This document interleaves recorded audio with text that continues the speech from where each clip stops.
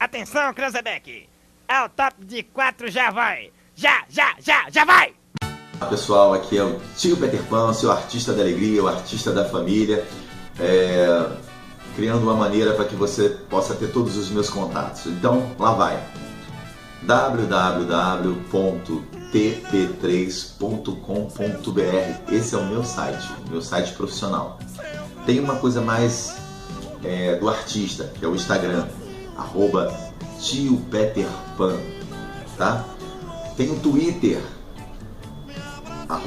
@sempeter, sem fest, tá? Sem o A no final. Sem Peter, sem fest, tá? Esse é o Twitter. E agora o Facebook. Facebook que tá bombando. Nós temos até 2, né? Só que um eu uso mais, que é chamado Tio Peter Pan, tá? Aí nós vamos estar sempre entrando em contato com vocês. Você participa lá, fica sendo nosso amigo, pode seguir. Meu escritório vai estar sempre dando atenção precisa. Hoje em dia o Facebook é muito utilizado, vai ser um prazer ter você com a gente. E nós temos também o YouTube, que no YouTube eu pego os vídeos engraçados de eventos, muitas das vezes estou dando aula para pessoas que estão começando.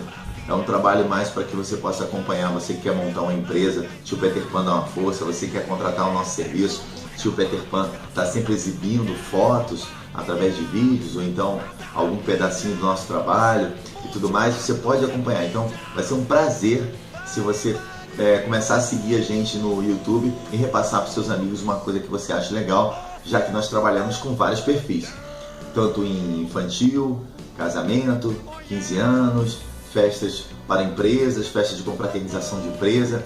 Tio Peter Pan especialista na área de entretenimento, tá? Locação de brinquedos e agora também buffet.